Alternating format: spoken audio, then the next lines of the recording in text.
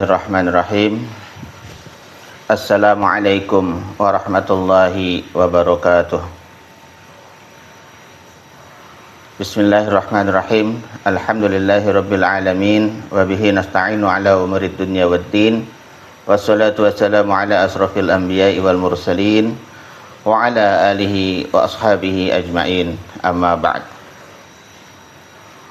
Alhamdulillah, kita bersyukur kepada Allah Subhanahu wa taala yang telah melimpahkan banyak nikmat kepada kita semua, sehingga pada saat ini kita masih diberikan oleh Allah Subhanahu wa taala kesehatan dan mampu melaksanakan aktivitas kita masing-masing. Salawat dan salam kita curahkan kepada Rasulullah Muhammad sallallahu alaihi wasallam beserta keluarganya, sahabatnya dan seluruh pengikutnya hingga akhir zaman. Mudah-mudahan kita semua termasuk orang-orang yang selalu senantiasa menjalankan sunnah Rasulullah Muhammad sallallahu alaihi wasallam secara istiqamah. Dalam kesempatan ini akan kami sampaikan perihal hadis dan pertumbuhannya sejak zaman Rasulullah, para sahabat dan para tabi'in. Perlu kita ketahui bersama bahwa hadis adalah sumber hukum kedua dalam tasyri', serta petunjuk kedua untuk kaum muslimin dalam mengarungi kehidupan di dunia serta kesuksesan di akhirat. Jadi, jika diurutkan dalam tasyri', maka yang pertama adalah Al-Quran dan yang kedua adalah Al-Hadis. Hadis sebagai sumber hukum kedua juga mendasarkan kepada nas-nas Al-Quran dan Al-Hadis yang menjelaskan bahwasanya dia memiliki kedudukan kedua dalam tasyri'. Dalam Al-Quran, surat An-Nur ayat 63 menjelaskan, "Fal yahzaril ladzina yukhalifuna an amrih an tusibahum fitnatun aw yusibahum adzabun alim." Yang artinya, maka hendaklah orang-orang yang menyalahi perintah Rasulnya takut akan mendapatkan cobaan atau ditimpa azab yang pedih. Imam Asy-Syaukani menjelaskan bahwasanya barang siapa yang menyelisihi perintah Allah Subhanahu wa taala, perintah Rasulullah sallallahu alaihi wasallam atau perintah keduanya, maka akan tertimpa fitnah.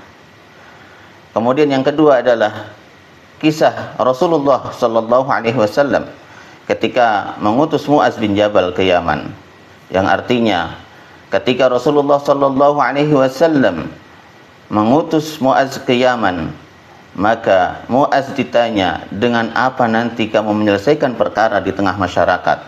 Dengan kitab Allah. Jika kamu tidak mendapati hukum di dalamnya, maka dengan apa? Dengan sunnah Rasulullah sallallahu alaihi wasallam. Jika kamu tidak mendapati hukum di dalamnya, maka dengan apa saya berijtihad? Hadis riwayat Imam Ahmad. Maka dengan dalil-dalil di atas menunjukkan bahwasanya hadis memiliki kedudukan kedua setelah Al-Quran. Ringkasnya, bahwa tidak diragukan lagi bahwa hadis memiliki kedudukan yang kuat setelah Al-Quran dalam menjelaskan secara detail makna-makna Al-Quran yang terkandung di dalamnya. Selanjutnya, pembahasan tentang perkembangan hadis di periode pertama. Perkembangan hadis di periode pertama ini adalah dari masa diutusnya Nabi Muhammad sallallahu alaihi wasallam sebagai Rasul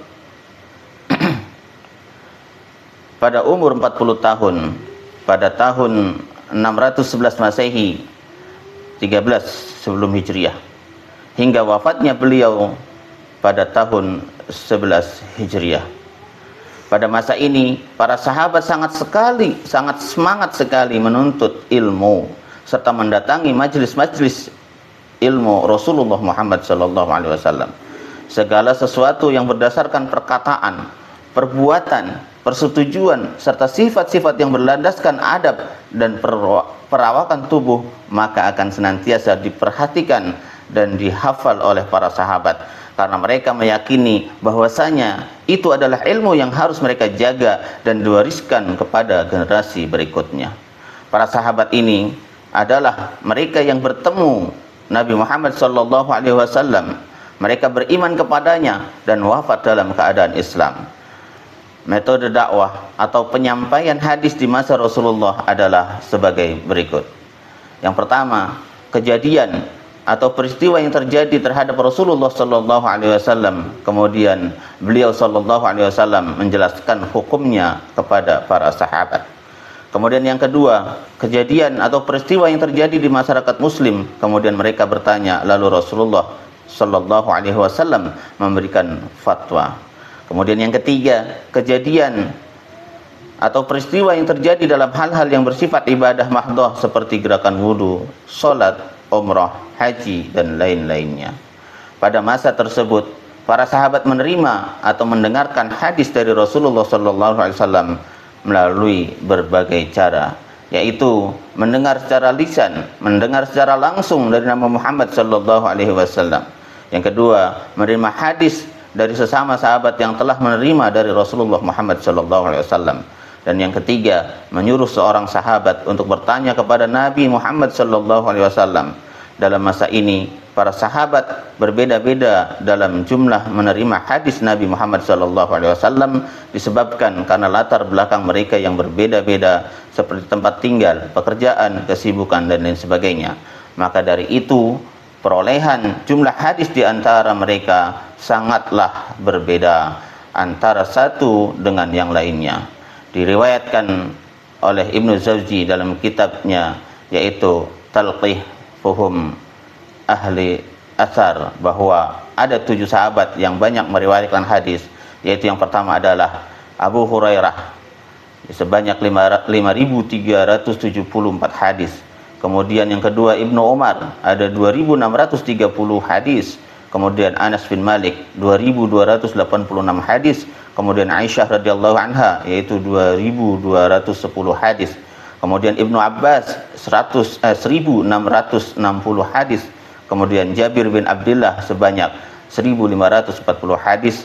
Kemudian yang ketujuh adalah Abu Sa'id Al-Khudri sebanyak 1.170 hadis. Maka pada masa Rasulullah, para sahabat menjaga hadis-hadis Nabi dalam bentuk hafalan, bukan dengan menulis. Adapun jika ada tulisan, maka sangat sedikit sekali, seperti As-Safiyah, As-Sahifah, As-Sadiqah yang ditulis oleh Abdullah bin Amr bin As. Kemudian yang kedua adalah kitab-kitab Ibnu Abbas. Kemudian yang kedua, perkembangan hadis di periode kedua adalah perkembangan hadis di periode ini adalah dimulai dari wafatnya Rasulullah Muhammad SAW atau masa Khulafaur Rasyidin sampai berakhirnya masa Khalifah Ali bin Abi Thalib. Pada masa ini para sahabat berusaha untuk menjaga hadis-hadis Nabi Muhammad SAW dengan berbagai macam cara, yaitu satu, menyampaikan hadis secara langsung melalui lisan kepada generasi berikutnya. Yang kedua, melakukan perjalanan jauh atau merantau atau dakwah ke pelosok dalam dan luar negeri untuk menyampaikan dan menyebarkan hadis-hadis Nabi Muhammad SAW, sehingga penduduk di kota tersebut belajar kepada para sahabat seperti Ibnu Mas'ud di Irak, Ibnu Abbas ke Mekah, Amr bin As ke Mesir, dan lain-lain. Adapun cara para sahabat meriwayatkan hadis adalah dengan 2 metode. Yang pertama adalah lafal asli, yaitu lafal hadis yang sama ketika mereka menerima atau mendengarkan hadis dari Rasulullah SAW. Yang kedua, makna, yaitu mereka meriwayatkan hadis dengan maknanya saja. Dalam dunia periwayatan hadis dengan metode hafal hadis, lafal hadis atau makna, maka boleh untuk disebarkan dan didakwahkan kepada masyarakat. Hal ini berbeda dengan Al-Quran yang harus diriwayatkan dengan lafal dan maknanya yang asli, dan tidak boleh ada perubahan walaupun hanya harokat. Maka oleh karena itu terdapat banyak hadis-hadis yang diriwayatkan dengan beberapa lafal oleh para sahabat secara makna. Lalu lafal-lafal yang dipakai oleh para sahabat dalam meriwayatkan hadis memiliki beberapa tingkatan. Seperti yang pertama adalah derajat yang paling kuat, yaitu memakai lafal sami'tu Rasulullah yaqul, atau yang kedua ahbaroni atau haddatsani.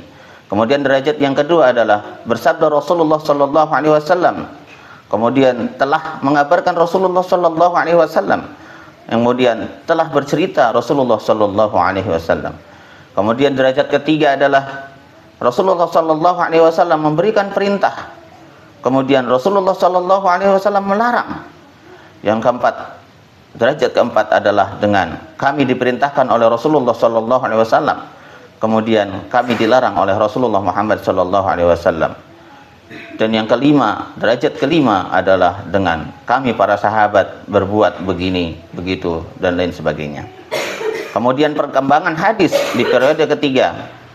Hadis di masa atau periode ketiga ini adalah periode setelah zaman Khulafaur Rasyidin, atau mayoritas sahabat yang masih hidup adalah sahabat kecil, yaitu sahabat yang masih berusia lebih muda daripada sahabat-sahabat yang mendampingi kehidupan Rasulullah Muhammad sallallahu alaihi wasallam hingga masa tabi'in besar. Sebelum melangkah lebih jauh, kita perlu mengenal istilah tabi'in.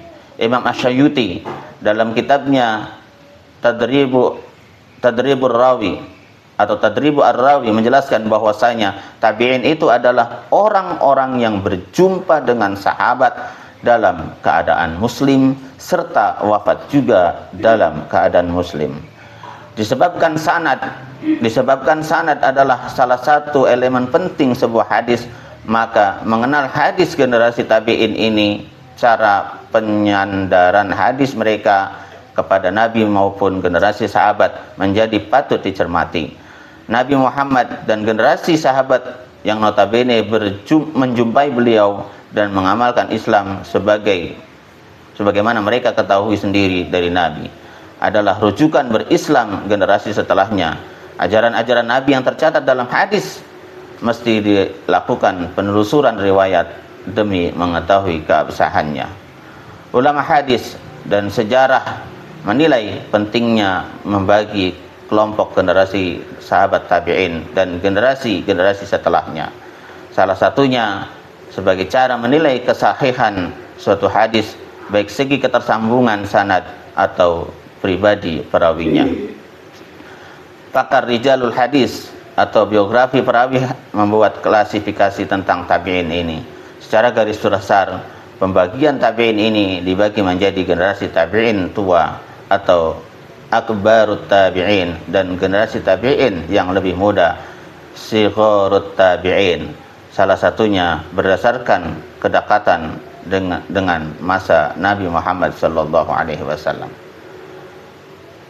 Pertumbuhan dan perkembangan hadis di zaman sahabat junior hingga tabi'in senior adalah dengan metode hafalan yang diraih dengan dua cara. Yang pertama, para sahabat junior melakukan hijrah atau merantau ke negeri-negeri yang telah difutuh oleh pasukan kaum muslimin untuk menyebarkan hadis. Kemudian yang kedua, melakukan safar untuk mencari hadis-hadis dengan sanad ali. Demikian sekelumit pemaparan dari kami, semoga bermanfaat. Mohon maaf atas segala kehilafan. Kami haturkan jazakumullahu khairan katsiran. Wallahul muwaffiq ila aqwamit thoriq. Assalamualaikum warahmatullahi wabarakatuh.